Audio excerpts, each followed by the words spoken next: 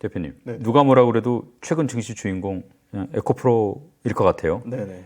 뭐 황제주, 뭐 공식적인 용어는 아닙니다만 100만 원 넘었고 주가 궤적을 보면 좀 어지럽습니다. 멀미가 좀 나는데 실적, 뭐 밸류에이션 어떻게 됩니까 지금? 네, 일단 그 기준치를 컨센을 어떻게 잡는지 따라 다른데 예. 물론 에코프로 컨센서스를 하회했다고 얘기했지만 사실 에코프로나 포스코 그다음에 LG화학 뭐 LNF 다 포함해서 회사가 자체적으로 갖고 있는 그 판가를 계약하는 계약 구조, 그다음에 원자재를 사오는 원자재에 관련된 수급 구조, 수급에 대한 그런 원자재 수급이나 판가에 대한 거를 정확하게 그 애널리스트가 사실 추정하기는 어렵습니다. 왜냐하면 그건 회사의 내부 정보이기 때문에. 그래서 컨센서스를 기준점을 어떻게 잡냐에 따라 달린 건데 저는 실적은 일단 나쁘지 않게 나왔다고 보고 있습니다.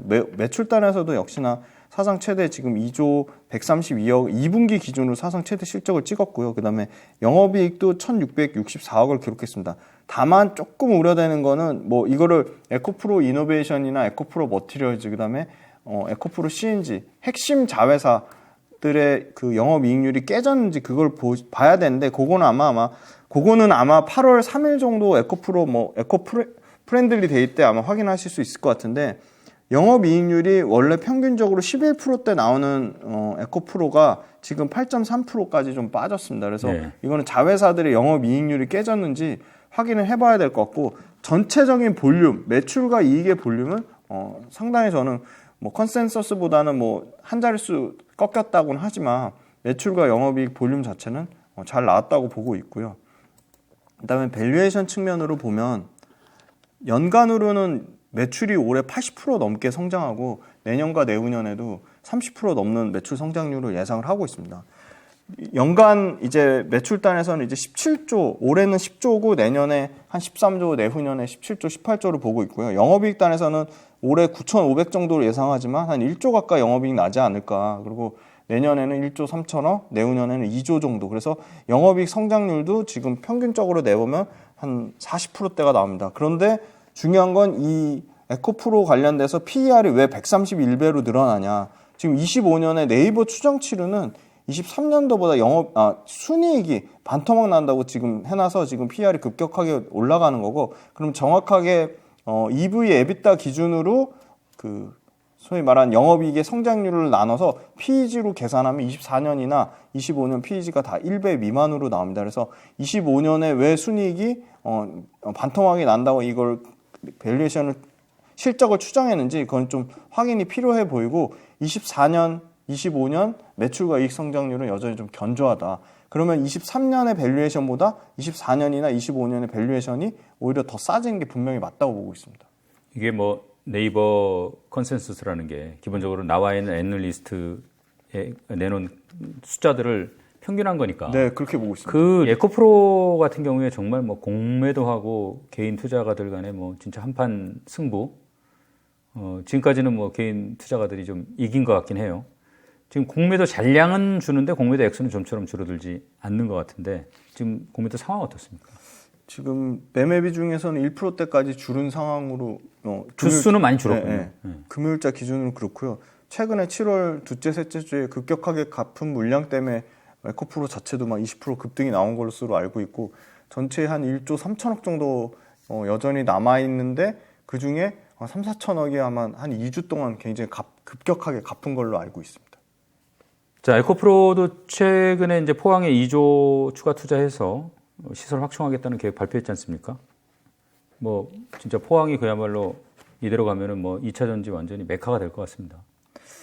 그 2차 전지 첨단 산업단지 뭐 약간 그 표를 받기 위한 그런 건지는 모르겠는데 지금 포항도 선정됐고요. 새만금도 선정됐고 지금 웬만한 데는 지금 다 선정이 됐습니다. 근데 포항에 대한 기대감이 높은 게 이 에코프로 자체에서 심지어 에코프로 그룹사에서도 2028년까지 2조 정도 투자해가지고 양극재에 들어가는 전구체, 그다음에 리튬 니켈을 가공하는 그리고 배터리 원소재단에 투자를 늘리겠다고 했고요.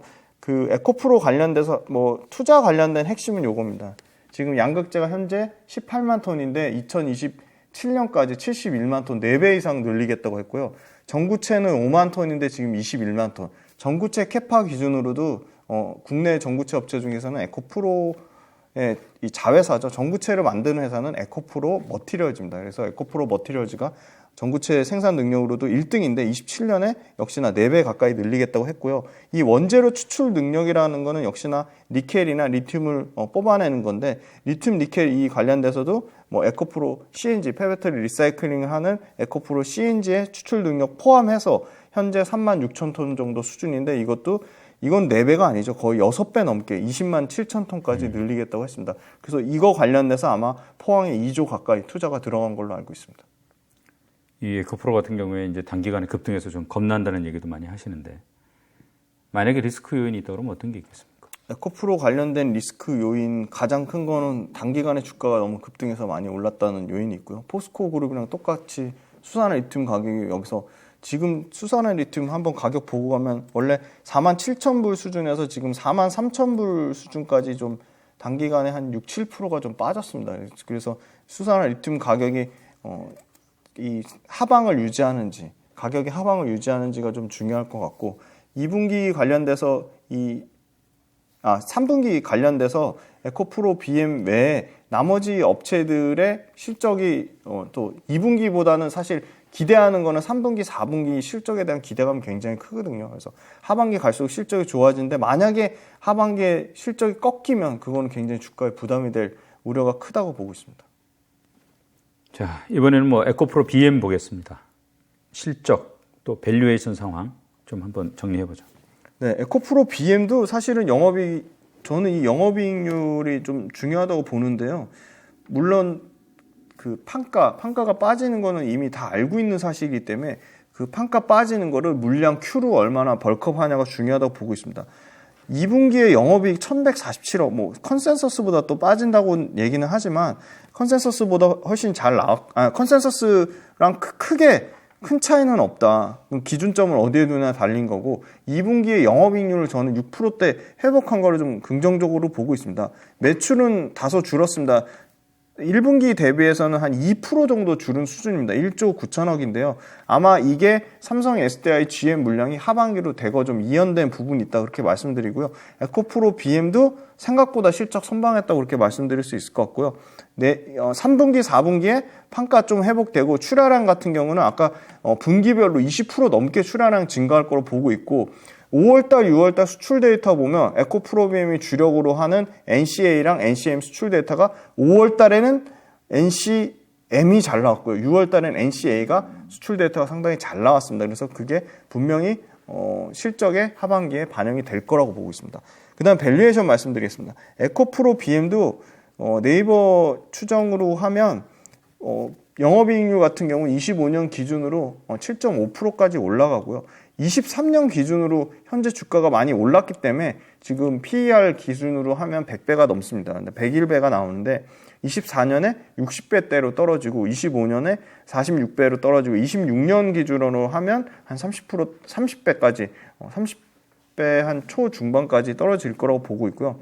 에코프로 BM 보시면 이 ROE 값이 엄청납니다.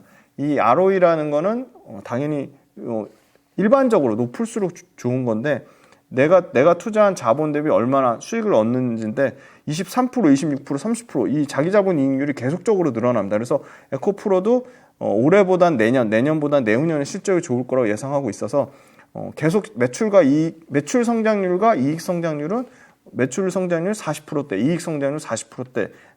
물론 포스코 퓨처엠이나 코스모 신소재의 실적 성장률보다 수치가 낮긴 하지만 전체적인 매출 성장률과 영업이익 성장률은 상당히 견조하다고 말씀드리겠습니다. 지금 앞에서 에코프로는 공매도 수량은 줄었는데 에코프로 BM은 최근에 오히려 좀 늘어났다 이렇게 말씀하셨는데 공매도 현황도 한번 정리 좀 해주십시오. 네, 에코프로 BM 같은 경우는 지금 최대 많이 늘어났을 때는 24%까지 늘어났었거든요. 예. 근데 최근에 에코프로 BM 전체 매매에서 차지하는 비중은 한 8%대까지 줄었습니다. 근데 8%까지 줄은 게 뭐 엄청 많이 줄었다고 보기는 어려운 게 이 대차장고 현황을 보시면 빨간색이 압도적으로 많습니다. 최근에 계속 공매를 치기 위해서 빌린 수량이 월등히 많고요. 그런데 최근에 눈여겨볼 거는 지난 금요일에 51만 주를 상환을 했습니다. 그래서 이 부분 관련돼서 이게 추세적으로 이어질지 아니면 또 계속 대차 거래가 늘었다 줄었다 할지는 좀 지켜봐야 될 것 같습니다. 에코프로비엠 관련해서 뭐 투자자가 최근에 알아야 될 뭐 소식 같은 게 좀 있습니까? 네, 4월 달부터 계속 수주에 대한 기대감이 있었는데 안 나왔거든요. 5월 달에도 안 나왔고 6월 달에도 안 나왔고. 근데 그러면 삼성 SDI가 지금 공격적으로 24년에 그 스텔란티스 그 합작법인 스텔란티스 합작법인 인디아나에 하는 게 관련돼서 분명히 양극재 그 관련된 물량이 추가로 나올 여지가 있고 그 현대차랑 SK온 합작법인도 아까 표에서 보여드렸지만 추가 증설에 대한 여지가 있고 뭐 서산공장 관련돼서 10기가와트의 플러스 알파 추가 증설 여지도 있고 그래서 사실은 에코프로비엠은 뭐 에코프로비엠이 양극재 1등이고 LG 엔솔이 배터리셀 1등이니까 1등과 1등의 만남이 당연히 이루어져야 되는데 안 이루어지는 거에 대해서 되게 이상하게 보시는 분들도 많고 사실 과거에 불편한 관계가 있다고 해서 뭐 대승적인 차원에서 이게 그 공급 계약이 맺어지는 게 맞다고 보고 있지만 LG 엔솔 물량을 제외하더라도 SK온이나 삼성 SDI발 추가로 하반기에 수주 물량이 나올 가능성이 충분히 있는데 지금 아직 안 나오고 있습니다. 이게 에코프로비엠하고 좀 말씀하셨지만 LG 엔솔하고 1등과 1등의 만남. 네. 이거 계약 언제 터질까? 막 투자자들 그 뭐 손꼽아서 기다리고 있는 것 같은데. 네네. 대표님은 어떻게 전망하세요? 저는 뭐 충분히 나올 가능성은 있는데 그거는 나와봐야지 아는 거라서 사실 뭐 말씀드리기 조심스러운데 계속 기대감은 분명히 살아있다고 말씀드릴 수 있을 것 같습니다. 양쪽이 또 서로 필요한 것도 네, 분명하죠. 필요한 부분이 분명히 있다고 보고 있습니다. 자, 에코프로비엠 뭐 리스크 요인이 있다면 한번 체크하고 가죠. 네, 에코프로비엠 수주에 대한 기대감이 계속 있는데 계속 이렇게 수주가 안 나오면 실질적으로 그 포스코 퓨처엠이나 뭐 심지어 5등 업체인 코스모 신소재도 LG 화학을 통해서 LG 에너지 솔루션에 납품한 2조 4천억. 그럼 기대감이 실적으로 숫자로 결국은 찍혀서 반영이 돼야지 주가가 계속 좋은 퍼포먼스를 나타낼 수 있는 건데 물론 71만 톤이 확정된 바인딩 계약을 바탕으로 71만 톤 캐파라고는 하지만 그런 측면에서는 하루빨리 수주 관련된 계약이 나와야 된다. 왜냐면 이게 지금 4월 달부터 나왔던 얘기거든요. 추가 수주에 대한 부분이. 그래서 빨리 이게 가시적인 결과물이 나와야지 에코프로비엠이 여기서 더 탄력적으로 갈 수 있다고 보고 있고요.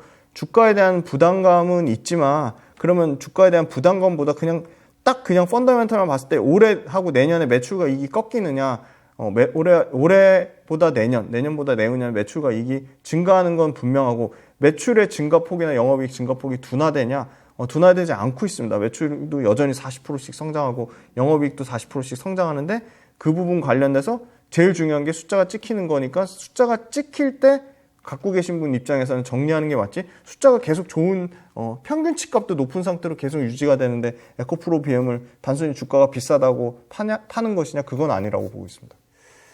자, 지금까지 뭐 에코프로비엠 살펴봤고요. 이 LG화학 참 상당 기간 좀 안 좋았어요. 뭐 물론 화학 업황이 아마 안 좋아서 그런 걸로 보이는데 PER도 뭐 다른 2차 전지 소재 기업에 비해서는 좀 낮은 것 같고 실적 아직 안 나왔죠? 네. 이 뭐 실적하고 밸류에이션 어떻게 전망하고 계십니까? 네, 일단 추정치는 예상하는 거는 매출은 15조 5,796 사상 최대 실적을 예상하고 있고요. 영업이익률 5.4%인데 이거는 뭐 제약 그다음에 그 기초석유화학 사업부를 다 포함한 거기 때문에 양극재 LG화학이 1분기 때 양극재 5대 천왕 중에 1등 8% 기록을 했거든요. 그래서 이 8%란 영업이익률이 유지되는지가 좀 중요할 것 같고 전체 영업이익은 지금 8,341억입니다. 그래서 상당히 LG화학 선방할 거라고 보고 있어요. 그 기저에 깔리려면 당연히 석유화학 사업부가 2분기 때 흑자 전환 돼야 된다고 보고 있기 때문에 석유화학 사업부 나오는 것에 따라 이 실적 추정치가 달라질 것 같고 양극재 사업부는 판가 빠진 거 반영하더라도 매출과 이익은 잘 나올 거라고 보고 있습니다. 이게 LG화학도 뭐 공매도 상당히 많은 걸로 알고 있는데 이 외국인 투자자 비중이 좀 높잖아요. 더군다나. 네네. 최근에 아무래도 화학 업황 안 좋다 보니까 그런 것 같은데 공매도 현황 어떻습니까? 네. 누적적으로 보시면 최근에 매매 비중에서 차지하는 거는 줄진 않았습니다. 뭐 원래 2%대부터 11%까지 늘어났다가 소폭 줄었지만 여전히 전체 매매에서 차지하는 비중은 8% 정도인데요. 아마 오늘 이거 찍는 월요일 날 주가가 올라가면 더 비중 또 늘어날 수도 있겠다 싶고요. 전체적으로 이 대차장고 현황을 보면 빨간색이 훨씬 많습니다. 그러니까 열심히 지금 계속 공매도 치고 있는 거죠. 공매도 치기 위해서 대차장고 수량을 좀 대차 거래를 늘리고 있다. 그래서 지금 LG화학도 뭐 수급상으로는 그렇게 썩 좋은 상황은 아니다라고 말씀드리겠습니다. 그래도 요 며칠 주가가 꾸준히 올라요. 네, 그 부분은 너무 과도하게 양극재 5대 천왕 중에 뭐 LG화학 같은 경우는 1월달 대비해서 오히려 마이너스입니다. 그래서 고점 대비는 뭐 40% 넘게 빠졌고요. 그래서 충분히 LG화학 같은 경우는 사실은 개인이 안 사더라도 기관이나 외국인 입장에서는 굉장히 매력적일 겁니다. 그래서 기관이 물론 이 소위 말하는 롱숏을 하는 사모펀드 측면에서 이 공매 치는 수량은 늘어나긴 하지만 LG화학 최근 수급을 보시면 최근 수급 한번 빠르게 보고 가겠습니다. 뭐 그렇게 엄청난 수급은 아니지만 이 숏을 치는 사모펀드도 있지만 일부 사는 기관도 있다고 좀 말씀드리겠습니다. 자, LG화학 같은 경우에는 이제 LG엔솔 지분 조금 처분해서 교환사채 발행한 거죠. 네. 배터리 부분을 좀 강화하겠다는 계획을 내놨어요. 네. 구체적으로 어떤 계획입니까? 일단 교환사채 관련돼서 오해하시는 분들이 있는데 전환사채랑 유상증자랑 완전 본질적으로 다른 겁니다. 일단 교환사채는요 주주가치를 희석하는 요인이 전혀 없고요. 예. 그냥 LG화학이 갖고 있는 LG엔솔의 그 앞으로 밸류가 좋아질 거라고 보고 그거를 뚝 떼서 그냥 외국계 기관에 파는 겁니다. 그러니까 기존 갖고 있는 보유자들의 주주가치 희석은 없고요. 그런데 그거에 대한 뭐 약간 시장의 ONG, LG화학이 그 다음날 빠지고 LG엔솔도 빠졌는데 LG화학이나 LG엔솔, 특히나 LG엔솔 주주 입장에서는 좋은 겁니다. 왜? 이 교환사채의 조건이 중요한데 엄청나게 저리 뭐 막 1.25% 저리로 일단 빌려준 거고요. 그럼 1.25%를 받기 위해서 해외 기관 투자자가 LG엔솔의 주식을 받아갔을까? 전혀 아니고요. LG엔솔의 소위 말하는 뭐 두 가지 물이 있었는데 뭐 3년물이 있었고 5년물이 있었는데 3년물은 25% 프리미엄을 줬고요. 5년물은 30에서 35% 프리미엄을 줬습니다. 그 얘기는 무슨 말이냐? 지금 LG화학 주가가 LG엔솔의 주가가 너무 싸서 우리는 이거 주식으로 바꿔갈 때 최소한 이 지금 가격에서 3년물은 25%, 5년물은 30에서 35% 정도 주가 상승하면 그때 교체해 갈게 그 의미거든요. 그러니까 당연히 해외 기관 투자자 받아가는 입장에서는 주식으로 바꿔가는 게 메인인데 지금 LG에너지솔루션 주가에서 25%나 35% 올라갈 거를 생각하고 교환사채를 받아간 거죠. 그 아주 저리에 뭐 1%대 이익을 받아가려고 한 게 아니고요. 그래서 LG화학이나 LG에너지솔루션 입장에서 전혀 부정적인 요인은 아니다라고 일단 말씀드리고요. 그럼 교환사채 목적이 중요한데 2조 6천억 중에 1조 3천억, 1조 절반이 그냥 양극재 등의 원료 구매입니다. 그러니까 첨단 소재 사업부를 엄청나게 키우기 위해서 이 교환사채를 발행한 거고요. 그럼 그게 어디까지 이어지냐? LG화학이 3대 신성장 동력 발표했거든요. 배터리 소재만 매출 30조입니다. 그럼 30조 중에 60% 이상이 양극재 매출이죠. 그 다음에 두 번째가 친환경 소재 8조, 혁신신약 2조인데 LG화학은 배터리 소재 양극재만 하는 거 아니잖아요. 그런 얘기 많이 하세요. 뭐 분리막도 하고 CNT 도전제도 하고. 근데 가장 포지션 큰 거는 양극재고요. 양극재가 50% 넘는 압도적인 포지션이고요. 2025년까지 물론 분리막 포함입니다. 양극재, 분리막, CNT 도전제 다 포함해서 한 6조 투자하겠다고 했거든요. 그래서 이 어마어마한 투자 규모입니다. 그래서 LG화학이 갖고 있는 양극재 첨단 소재 사업부는 앞으로 뭐 지금 5대 천왕 중에 가장 주가는 못 가고 있지만 LG화학이 갖고 있는 양극재 사업부도 기존보다 캐펙스를 계속 늘리고 있다. 48만 톤까지 하겠다고 했거든요. 48만 톤이면 에코프로비엠, 포스코 퓨처엠 그 다음 3등입니다. 그래서 LG화학도 양극재에 대한 기대감은 있고 그게 현재 주가로는 하나도 반영이 안 돼 있다고 보고 있습니다. 이 LG화학 같은 경우에는 어떻게 됩니까? 아무래도 이제 뭐 2차 전지만 하는 게 아니고 기존 화학 부문이 있잖아요. 네. 또 그 화학 부문을 좀 줄여야 네네. 되는 거고. 네. 그런 과정에서 뭐 어떤 리스크 요인 같은 건 없어요? 기초 석유화학 사업부를 지금 NCC 2공장 매각하겠다고 하는 거는 확정은 된 건 아니지만 굉장히 긍정적인 거죠. 돈 안 되는 사업부 빨리 접고 그 첨단 소재 사업부에 밀어주겠다고 하는 거고요. 심지어 저는 이 신학철 부회장님의 강력한 경영 리더십이 굉장히 빛을 발할 거라고 보고 있는데요. 이분이 3M 평사원부터 수석 부회장님까지 올라가신 분이거든요. 그래서 이분이 당연히 첨단 소재 사업부의 가치를 아마 극대화하기 위한 여러 가지 전략들을 세우고 있는 거로 보고 있고요. 그런 측면으로 봤을 때는 첨단 소재에 힘을 실어주면 실어줄수록 아까 말씀드린 이익률도 올라가고 회사 자체가 그냥 2차전지 소재 기업으로 완전 탈바꿈 될 거라고 보고 있습니다. 물론 LG가 또 뭐 양극재 사업부도 또 분할해서 떼는 거 아니냐, 그럼 굉장히 뭐 주주분들에 대한 신뢰도가 낮은 거는 좀 회복돼야 될 과제라고 보고 있지만, LG화학 자체의 이 첨단 소재 사업부의 성장성은 포스코 퓨처엠이나 에코프로비움이 절대 뒤지지 않는다고 보고 있습니다. 최근에 보면은 테슬라가 내리면 우리 2차전지 종목들이 내리는 현상 흔히 이제 볼 수 있어요. 아마 이제 2차전지 최대 수요처가 뭐 전기 자동차니까, 네. 전기 자동차가 뭐 잘 팔리고 이익을 많이 내야 2차전지가 뭐 잘 팔리고 이익을 내지 않겠냐만, 그런 이제 상식적인 생각 때문에 그럴 것 같은데, 그런 의미에서 뭐 전기 자동차 시장 최근 동향 한번 간단하게 정리해 볼까요? 네네. 전기차 동향 최근에 보시면 일단 6월 달 거는 완벽한 합산은 안 됐습니다. 하지만 5월 달에 나온 6월 달 일단 나온 데이터만 말씀드리면 글로벌적으로 56% 증가했습니다. 엄청나게 성장률이 둔화되지 않고 있습니다. 이 중에 하이브리드를 뺀 친환경은 지금 58% 증가했고요. 미국은 55% 성장해서 12만 대 정도를 기록을 했습니다. 유럽도 34% 늘어나가지고 25만 대를 기록했고요. 중국은 역시 61% 증가해서 58만 대를 기록했습니다. 그래서 유럽, 미국, 중국 다 고르게 지금 성장하고 있고요.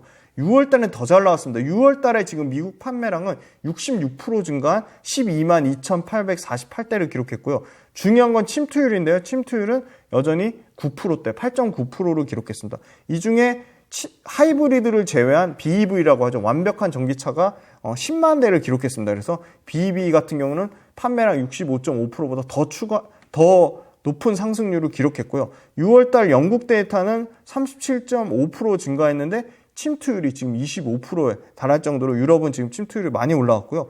독일은 19.1% 증가했는데 침투율은 24.6%. 프랑스는 침투율이 지금 27%까지 올랐습니다. 근데 판매량 자체는 전월 대비 46% 증가했습니다. 근데 제일 재미난 이 노르웨이가 침투율이 91%입니다. 노르웨이는 지금 판매량은 급격히 둔화돼서, 증가폭이 둔화돼서 5.7%인데 6월 달도 이제 전체 종합 데이터가 나오면 말씀드리겠지만 5월, 6월 평균적으로 50% 이상 매출 판매량 증가가 나오고 있다 말씀드리겠습니다. 테슬라 보면은 이제 2분기에 많이 팔았어요.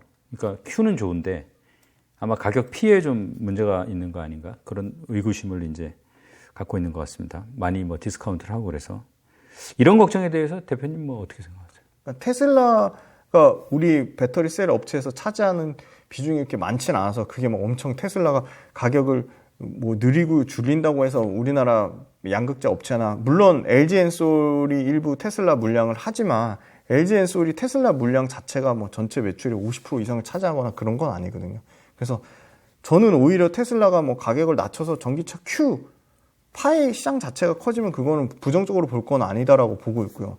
테슬라가 뭐 계속 뭐 전기차 시장에서 계속 1위를 할 거냐, 저는 그것도 부정적입니다. 왜냐면 테슬라가 신모델을 계속 내야 되는데 안 내고 있잖아요, 지금.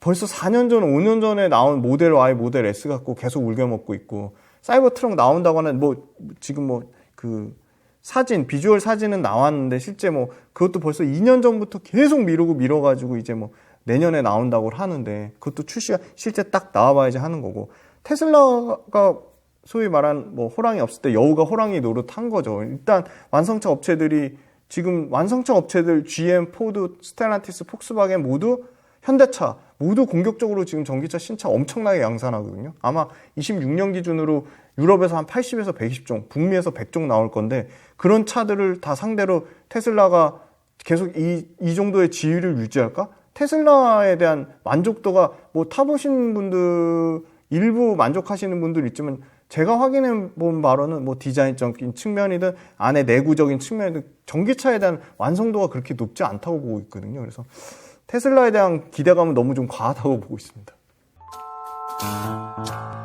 과도할 정도로 에코프로나 포스코 그룹에 집중된다? 저는 그거는 상당히 조금 앞으로는 상황이 어떻게 또 바뀔지 모른다. 그래서 양극재 집중 투자하되 양극재를 제외한 다른 업체들의 성장도 같이 보셔야 됩니다. 그게 굉장히 중요합니다. 그래서 물론 선택과 집중은 해야겠지만 그게 지금 너무 극명하게 심한 상황이기 때문에 그 간극을 줄인 그 수익률 현황은 분명히 나올 것이라고 보고 있고,